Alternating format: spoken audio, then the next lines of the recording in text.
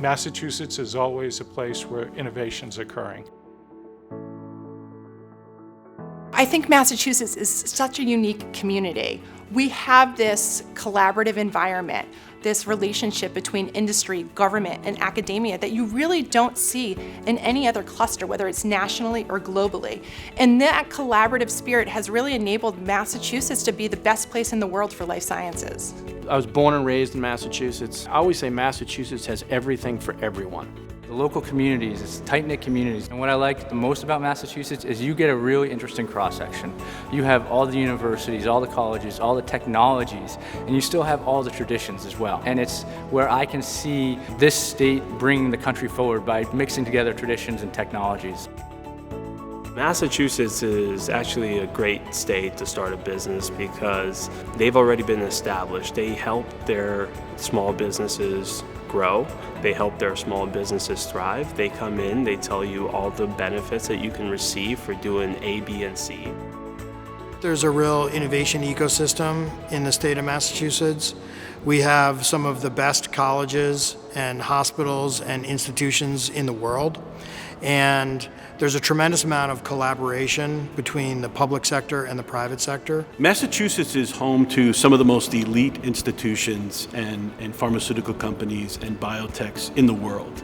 And the fact that they are all concentrated in one area makes it really conducive to growing. We are in a healthcare hub in the East Coast in Massachusetts, especially Boston and the surrounding areas.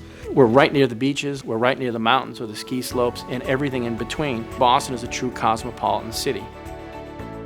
Unlike other parts of the country that may have a specific natural resource, the people are a resource. I find the state to have a tremendous amount of hardworking and caring people. The people and the ideas and the partnerships in Massachusetts are top-notch and world-class. I'm a Massachusetts guy. This is home. I was born here, I went to school here, I went to Boston Prep High School and Boston College. Massachusetts is wonderful.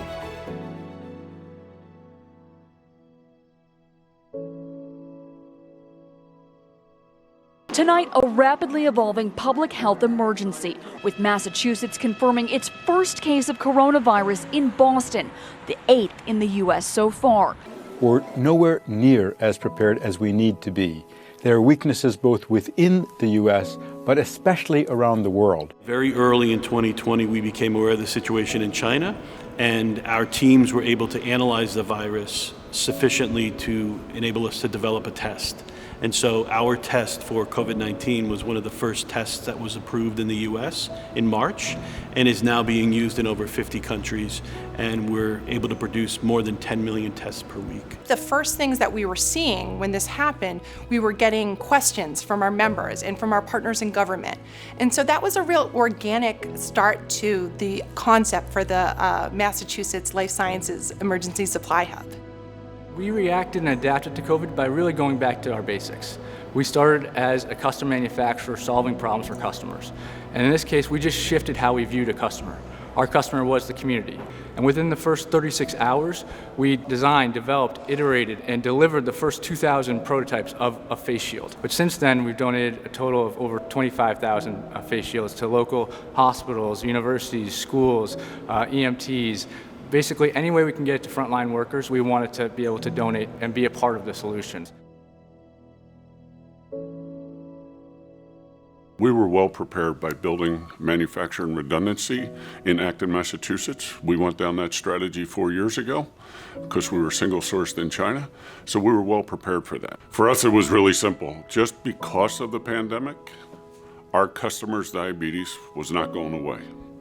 So we had to find a way to maintain business continuity in the most safe and efficient way for our customers and our employees. And we're very, very proud that we did not miss a shipment to our potters. Being in the office environments business, both from providing product and really being consultative, we came up with a whole new set of products that were COVID related. We wanted to give back. We manufacture about 500 office chairs per day. We immediately closed one of those lines down to stop manufacturing masks. Word got around the community that we were doing that, and we actually got a call from a 92-year-old woman who said, I am sitting at home, I know how to sew, I want to help. And we said, sure. And the idea quickly, and I'm not sure where it came from, but someone brought to my attention Rosie the Riveter. So I came up with this plan, if we could institute and really develop a Rosie the Riveter idea around sewing the masks.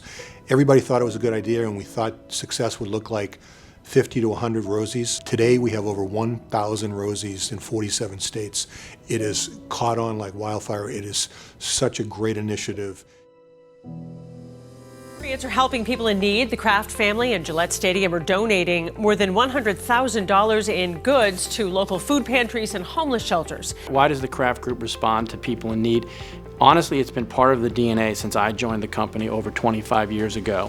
The opportunity to demonstrate not only our scale, but our depth of expertise in responding to the pandemic is something that we are all very proud of. In Massachusetts, Quest Diagnostics being here made a significant difference in what we can do to serve the entire New England community. The way the team reacted is, ready to go. Bring it on, we can do it, and we are capable of supporting the testing. The last time, cutter number 2, a die-cutting machine at Franklin's now-closed Clark Cutler McDermott factory, was fired up, it produced upholstery for General Motors cars. Now this machine is roaring back to life, producing life-saving Level 4 PPE gowns. All of this happening from idea to production, including the start of a brand new company in just weeks. You have to be agile. You have to shift gears. You have to take those sharp turns. That's exactly what we did. Here in Massachusetts, we've seen time and again that we work best when we work together. It's all about what can we do to support one another, and knowing that extending ourselves to play any small part we can in COVID relief is something that we have to do. It wasn't an option for us. When you do receive an award like this, it really recognizes you, and it kind of validates that the work you're doing within the state of Massachusetts and within the local community is important. It's making a difference. Decades ago, my grandfather came to Massachusetts and started FLEXcon where it is, and it's the business I support today. And I think what he found then is what I see now. You have local communities who just want to bind together and work hard.